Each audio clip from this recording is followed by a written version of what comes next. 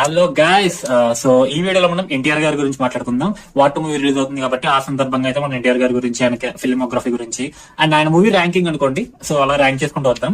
So ఈ వీడియోలో మనం బేసికలీ ఒక 5 కేటగిరీస్ గా ఎన్టీఆర్ గారి మూవీస్ ని డివైడ్ చేసుకుని దాన్ని ర్యాంకింగ్ చేసుకుంటూ వద్దాం. సో ఫస్ట్ ర్యాంకింగ్స్ అంటే చెప్తాను, దాన్ని బట్టి మీకు ఒక ఐడియా వస్తుంది. సో ఫస్ట్ వచ్చేసి బిగినింగ్.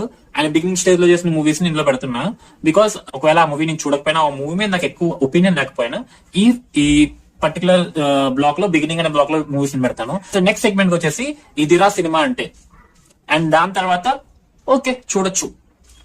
థర్డ్ సెగ్మెంట్ వచ్చేసి ఎన్టీఆర్ గారి కోసం, అండ్ ద లాస్ట్ సెగ్మెంట్ వచ్చేసి కాపాడండి అని అన్నా. Hey guys, this is Mohan Janamala. Welcome back to my channel. Videos మీకు నచ్చిందని అనుకుంటున్నాను. ఒకసారి నా ఛానల్లోకి వెళ్ళి నా పాత వీడియోస్ కూడా చెక్ చేయండి. ముందు వారం రిలీజ్ అయిన వీడియోస్ అండ్ రిమైనింగ్ వీడియోస్ కూడా చూడండి. పాత వీడియోస్ కొంచెం క్వాలిటీ తక్కువ ఉంటాయి, బట్ కంటెంట్ మాత్రం 100% బెస్ట్ ఉంటుంది. అండ్ ఎప్పటికప్పుడు క్వాలిటీ అండ్ కంటెంట్ రెండు బెస్ట్ తీసుకురావడానికి ట్రై చేస్తాను. అండ్ వీడియోస్ చాలా మంది సబ్స్క్రైబ్ చేసుకోకుండా చూస్తున్నారు. సబ్స్క్రైబ్ చేసుకొని చూడండి గైస్, నాకు హెల్ప్ అవుతుంది. సో వెంటనే వెళ్ళండి, వీడియోస్ నచ్చితే వెంటనే సబ్స్క్రైబ్ చేసుకొని మీ ఫ్రెండ్స్ అండ్ ఫ్యామిలీకి కూడా షేర్ చేయండి. ఇంకా లేట్ చేయకుండా టాపిక్ లోకి వెళ్ళిపోదాం. జూనియర్ ఎన్టీఆర్ గారు ఆయన కెరీర్ బిగినింగ్ లో చైల్డ్ ఆర్టిస్ట్ గా ఒక సినిమా చేశారు, అదే రామాయణం. సో ఇది మొత్తం అందరూ చిన్నపిల్లలు ఉంటారు అనమాట, కానీ ఈ సినిమా నాకు చాలా ఇష్టం గైస్. నేను చూశాను, అండ్ చిన్న చిన్న పిల్లలు అందరూ కలిసి భలే క్యూట్ క్యూట్ గా ఉన్న సినిమా అంతా కూడా నాకు చాలా ఇష్టం సినిమా. అండ్ ఇది నేను బిగినింగ్ స్టేజ్ లో పెట్టాలనుకుంటున్నాను. అండ్ బిగినింగ్ సెగ్మెంట్ లో ఇంకో సినిమా ఉంది, అదే నిన్ను చూడాలని. ఈ మూవీ ఎన్టీఆర్ గారు ఫస్ట్ ఫిల్మ్ అనమాట, ఆయన డెబ్యూ చేశారు ఈ సినిమాతో. నేను ఈ సినిమా చూడలేదు కదా, దీని మీద నేను ఎలాంటి రిమార్క్స్ చేయలేను, కమర్షియల్ హిట్ ఆఫ్ ఫ్లాప్ కూడా తెలియదు. సో నాకు ఇది బిగినింగ్ స్టేజ్ లో పెట్టేసిన స్టూడెంట్ నెంబర్ 1. ఇది ఎస్ఎస్ రాజమౌళి గారితో ఆయన చేసిన ఫస్ట్ కొలాబరేషన్, అండ్ ఎన్టీఆర్ గారి కెరీర్ లో ఇది ఫస్ట్ హిట్ అనుకోవచ్చు. అండ్ మెయిన్ లీడ్ గా మెయిన్ హీరో ఇదే ఆయన ఫస్ట్ హిట్.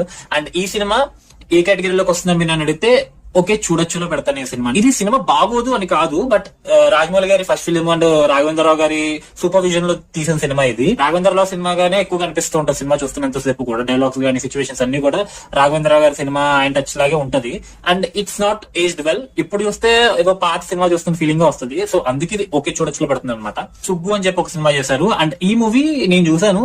ఈ సినిమా నాకు ఓకేగా అనిపిస్తుంది. ఏదో ఒక లవ్ స్టోరీ, హీరో హీరోయిన్ కలుస్తూ ఉంటారు, బట్ హీరోయిన్ ఒక అబ్బాయిని ప్రేమిస్తుంది, ఆ అబ్బాయి హీరో అని చెప్పి హీరోయిన్ తెలియదు, అండ్ హీరో హీరోయిన్ ప్రేమిస్తాడు, హీరోయిన్ ఇంకో అబ్బాయిని ప్రేమిస్తుంది అని చెప్పేసి ఇదంతా లవ్ ట్రాక్ అయితా ఉంటది. ఒక different type of triangle love story, but ఇక్కడ ట్రయాంగిల్ ఉండదు, థర్డ్ పర్సన్ ఉండదు కాబట్టి.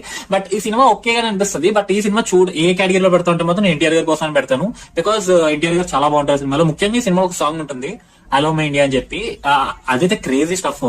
సో ఈ సినిమా నేను ఎన్టీఆర్ గారి కోసం చూస్తాను తప్ప మూవీ స్టోరీ గురించి కానీ, స్క్రీన్ ప్లే గురించో, లేకపోతే సీన్ పలానా సీన్ బాగుంటది అన్నట్టుగా అయితే నేను పెద్దగా ఈ సినిమా ఫోకస్ చేయను. బట్ ఎన్టీఆర్ గారి కోసం మాత్రం కన్ఫర్మ్ గా చూస్తాను ఈ సినిమా. జూనియర్ ఎన్టీఆర్ గారు అండ్ వివి నాయక్ గారు కలిసి ఆది సినిమా తీశారు, అండ్ ఇది ఏ రేంజ్ మాస్ హిట్రా అంటే మొత్తం ఎన్టీఆర్ గారి కెరీర్ గ్రాఫ్ ని మార్చి పడేసింది.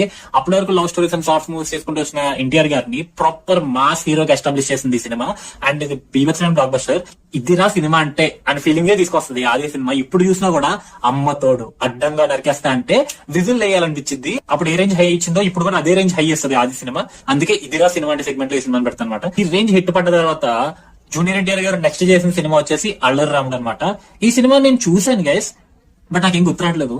నేను ఖచ్చితంగా చూసాను, సినిమా మొత్తం చూసాను, నేను లాస్ట్ వరకు చూసాను, బట్ సినిమా నాకేం గుర్తురాట్లేదు.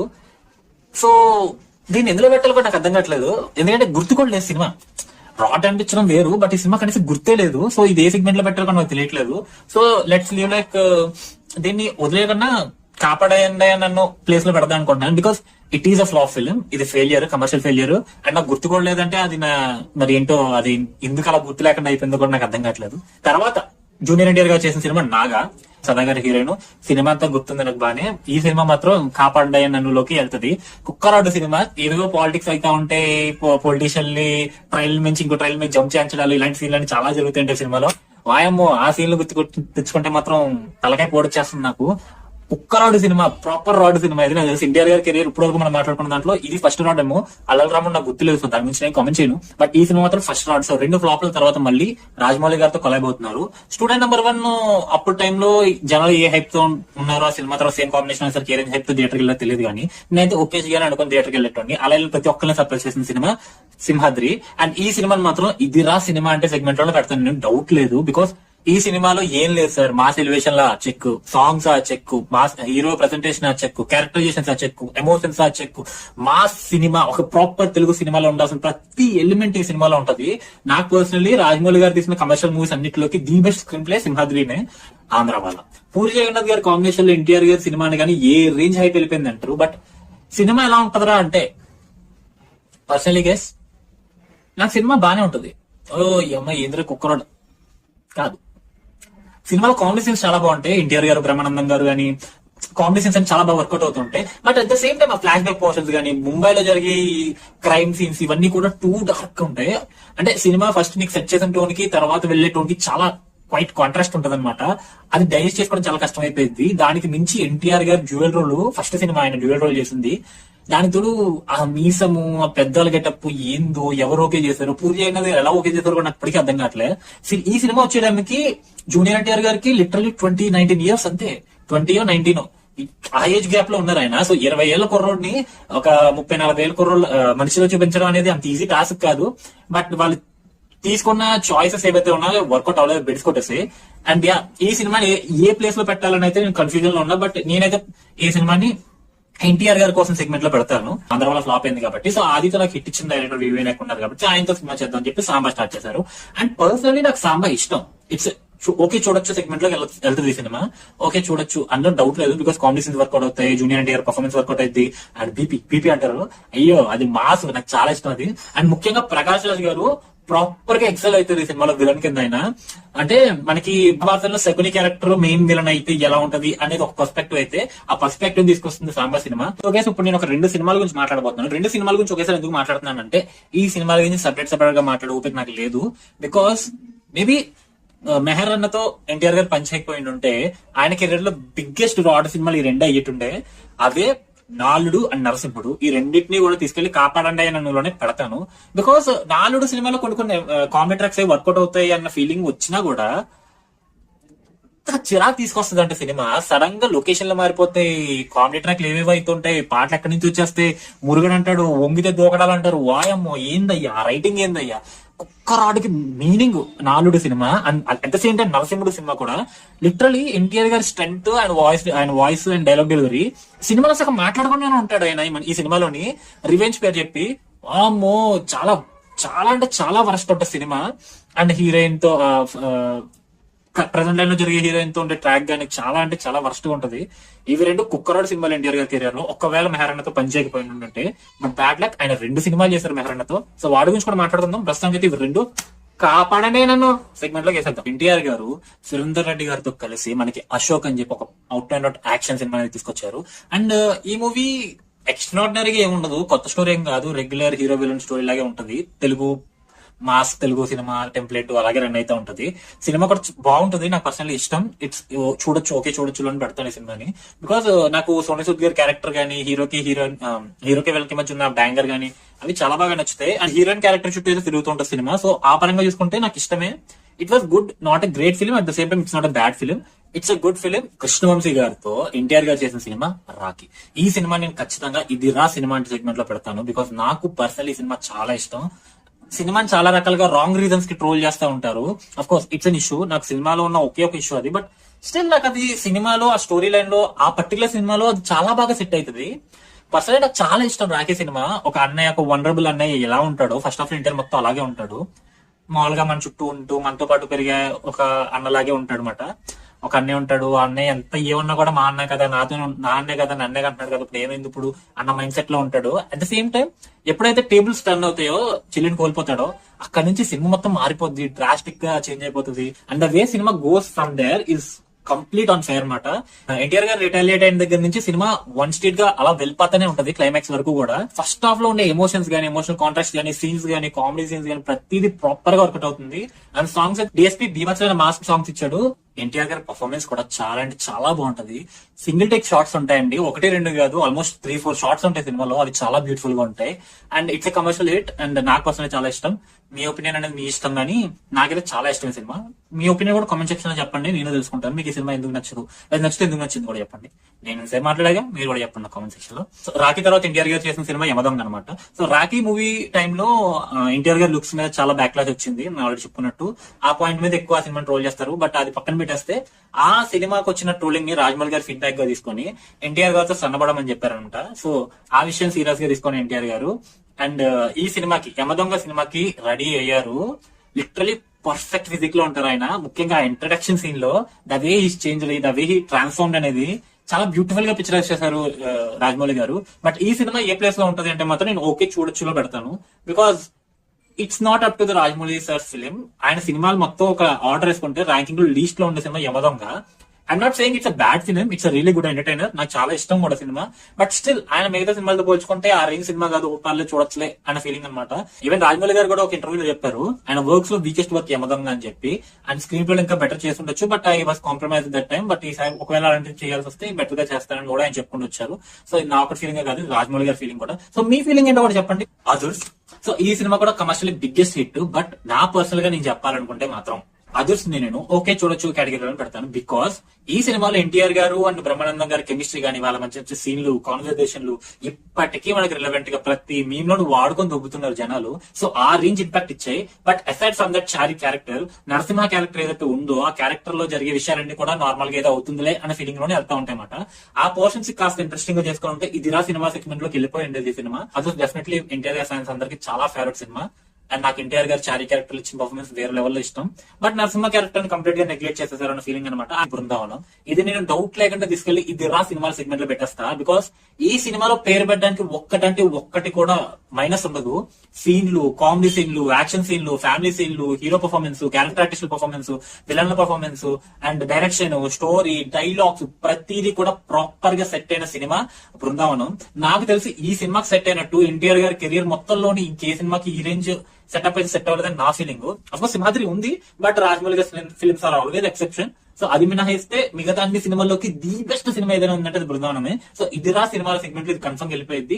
నా పర్సనల్ ఫేవరెట్. ఈ సినిమా ఎన్నిసార్లు చూసా నాకు గుర్తుకోలేదు. It's really really good film. ఇలాంటి సినిమాలు తీసే ఉంచే పల్లి గారు ఇప్పుడు ఏం సినిమాలు చూస్తున్నారు అంటే ఊసర్వల్లి. అండ్ ఇది ఏ సెగ్మెంట్ లో పెట్టొచ్చా అంటే నేనైతే ఓకే చూడొచ్చు సెగ్మెంట్ లో పెడతాను.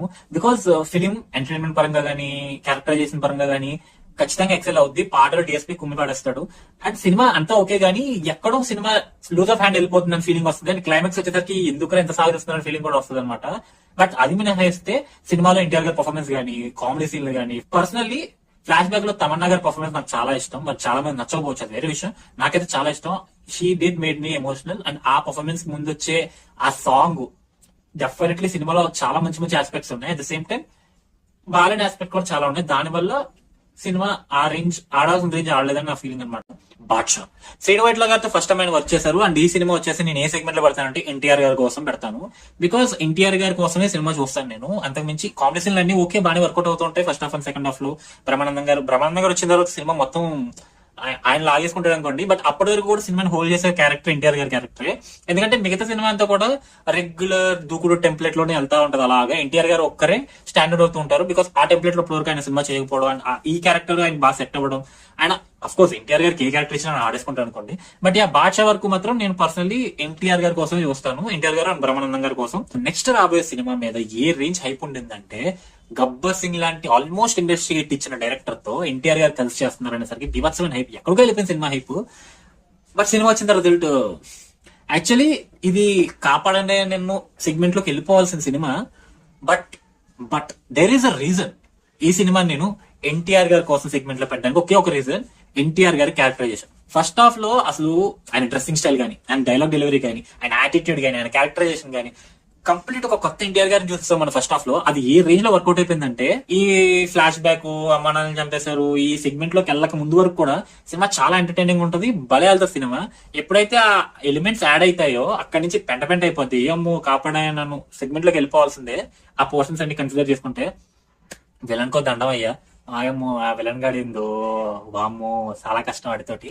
బట్ యా ఫస్ట్ హాఫ్ వరకు మాత్రం సినిమా సూపర్ ఉంటది. అండ్ ఎన్టీఆర్ గారి కోసం ఆ పోర్షన్స్ ని ఎన్నిసార్లు రివిజిట్ చేయొచ్చు. అందుకనే నేను ఈ సినిమాని ఎన్టీఆర్ గారి కోసం సెగ్మెంట్ లో పెడుతున్నాను. ఆ ఆస్పెక్ట్ ని పక్కన తీస్తే మాత్రం ఇది కాపాడండి అని సెగ్మెంట్ లో పెట్టాల్సిన సినిమా. ముందు చెప్పుకున్న సినిమా ఎన్టీఆర్ గారి కోసం అని చెప్పి కన్సెషన్ నేను ఇచ్చాం, కానీ ఇప్పుడు సినిమాకి కన్సెషన్ లేదు. ఇది కాపాడండి అన్న సెగ్మెంట్ లో పడే సినిమానే, అదే రభస. ఈ సినిమా అసలు ఎన్టీఆర్ గారు ఎందుకు ఒప్పుకున్నారు, ఎందుకు చేశారో అర్థమే కాదు. కందిరిగా సినిమా బ్లాక్ బస్టర్ హిట్ అయింది కాబట్టి అదే టెంప్లెట్ ని పట్టుకొచ్చి అటు ఇటు తిప్పి మళ్ళీ ఎన్టీఆర్ గారు పెట్టి సర్వ్ చేస్తారు అన్నమాట ఆడియన్స్ కి. ఒక్క రాడ్ ఉంటుంది సినిమా, వాయమో కాపాడండి అన్న ఫీలింగ్ ఈ సినిమా చూస్తున్న సేపు కూడా. ఆర్డర్ లో ఒక 3 సినిమాలు మిస్ అయినాయి, తెలుసు మీరు ఎందుకు ఆలోచిస్తున్నారు నాకు అర్థమైంది. ఆ 3 సినిమాల గురించి కూడా ఒకేసారి మాట్లాడేసుకుందాం. ఎందుకంటే ఒక్కొక్క సినిమా గురించి మాట్లాడాలంటే చాలా మాట్లాడతాను నేను. అందుకే ఒకే సెగ్మెంట్ లో టప్ టప్ టప్ మనం ఒకటేద్దాం. ఈ 3 సినిమాలు కూడా కాపాడండి నన్ను సెగ్మెంట్ లోకి వస్తాయి. అండ్ ఆ సినిమాలు వచ్చేసి కంత్రి, మెహరణ మహిమ, తర్వాత ఏంటంటే శక్తి, అది మెహరణ మహిమే, తర్వాత దమ్ము, అమ్ము ఈసారి బోయన్న మహిమ. సో ఈ బోయపాటి గారు అండ్ మెహరన్న ఇద్దరు కూడా ఎన్టీఆర్ గారికి మర్చిపోలేని రాడ్లు దింపారు, 3 రాడ్లు. అవే కంత్రి, శక్తి అండ్ దమ్ము. సో ఈ 3 గురించి మాట్లాడుకోవాలి. సింపుల్ గా చెప్పాలనుకుంటే పాటలు చాలా బాగుంటాయి, ఎన్టీఆర్ గారు బాగుంటారు, కానీ సినిమాలు ఒక్క రాడ్ లో ఉంటాయి అన్నమాట. ఒక్కటంటే ఒక్క ఎలిమెంట్ కూడా బాగోదు ఈ సినిమాల్లో. పాటలు నిజంగా చాలా బాగుంటాయి. సింపుల్ గా చెప్తానంటే దమ్ము సినిమాలో రూలర్ సాంగ్ ఎంతమంది గుర్తుందో తెలియదు. ఆ సాంగ్ రిలీజ్ అయినప్పుడు నేను రిపీట్ లో విన్నాను. నేను అది పంతం పట్టి స్టార్టింగ్ లిరిక్స్ ఏవైతే ఉన్నాయో అవన్నీ కూర్చొని నేర్చుకున్నాను నేను. నాకు అంత ఇష్టం ఆ సాంగ్. బట్ విజువలైజేషన్ లో సాంగ్ చూస్తున్నప్పుడు ఏందిరా ఏమైతుందిరా, లిటరల్లీ గేమ్ ఆఫ్ థ్రోన్స్ తీసుకొచ్చి కూర్చోబెట్టారు ఆ సాంగ్ లోని. ఆ గెటప్ కూడా ఎన్టీఆర్ గారు సెట్ అవ్వలేదు. సేమ్ అదే శక్తిలో జరిగిన మిస్టేకే మళ్ళీ సేమ్ చేశారు ఈ సినిమాలు కూడా.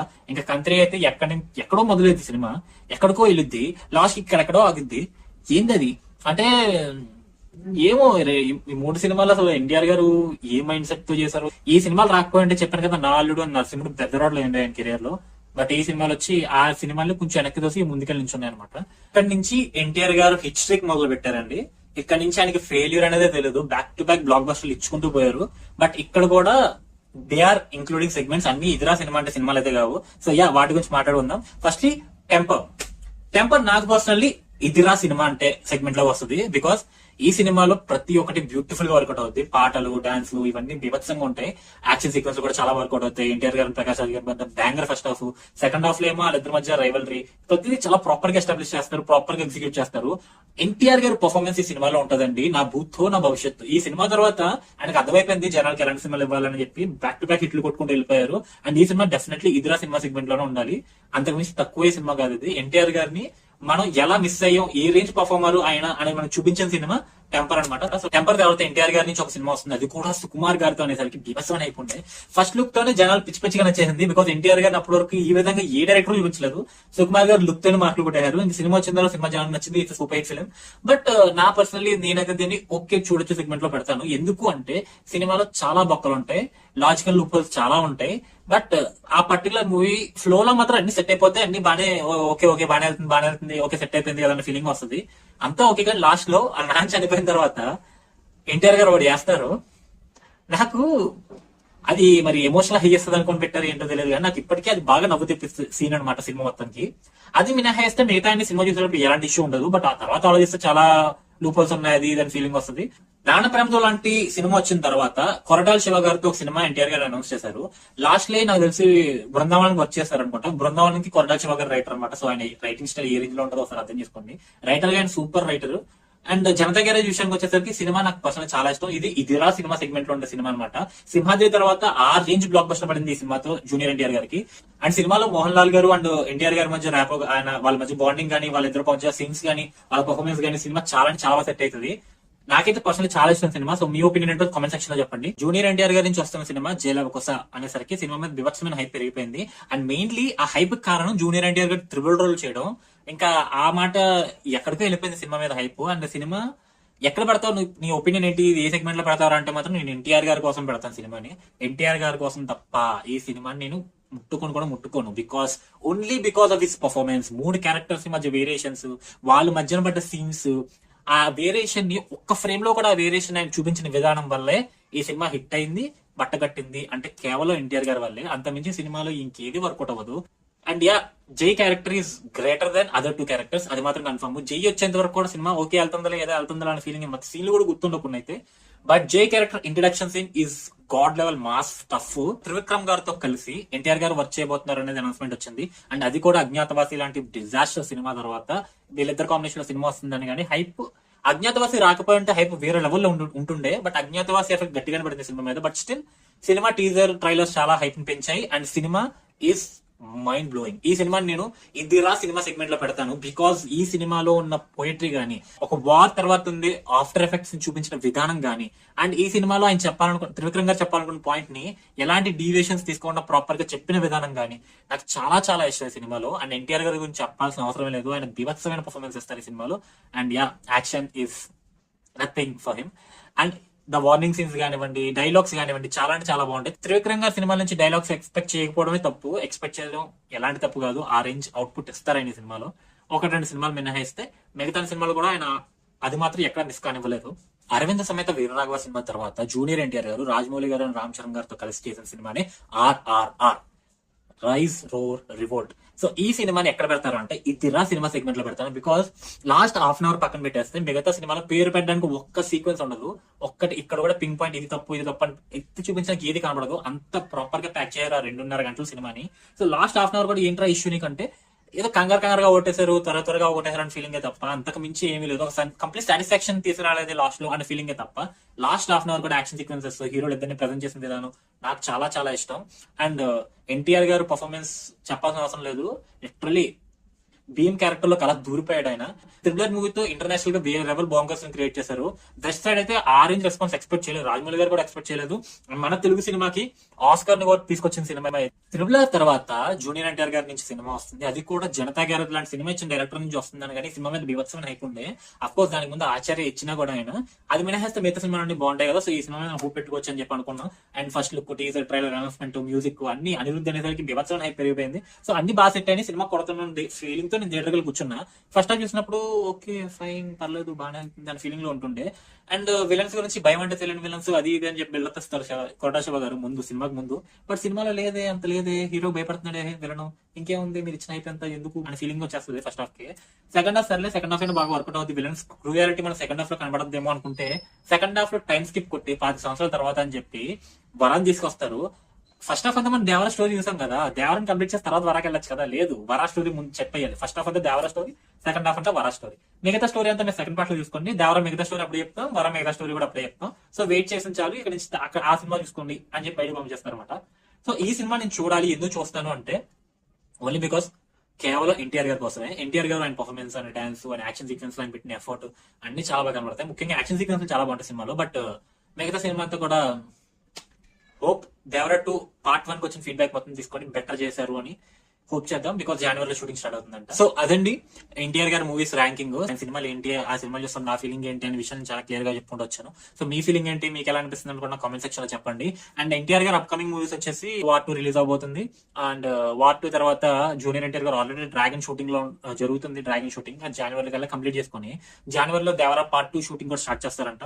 అండ్ దేవరా షూటింగ్ అయిపోగానే త్రివిక్రమ్ గారి మూవీ స్టార్ట్ అవుతుంది అనేది అయితే గట్టిగా వినపడుతుంది. ఇవి జూనియర్ ఎన్టీఆర్ గారు అప్కమింగ్ మూవీస్. అండ్ హోప్ అన్ని కమర్షియల్ హిట్స్ కావాలి, ఆయనకి రావాలని కూడా కోరుకుందాం. అండ్ కమర్షియల్ హిట్ తో పాటు కంటెంట్ పరంగా కూడా ఆయన ఇంప్రూవ్ చేసుకుంటూ మంచి సినిమాలు ఇవ్వాలి, మంచి కంటెంట్ ఉన్న సినిమాలు మనకి ఇవ్వాలని మనస్ఫూర్తిగా కోరుకుందాం. So all the best for war 2. See you in the next video. Bye.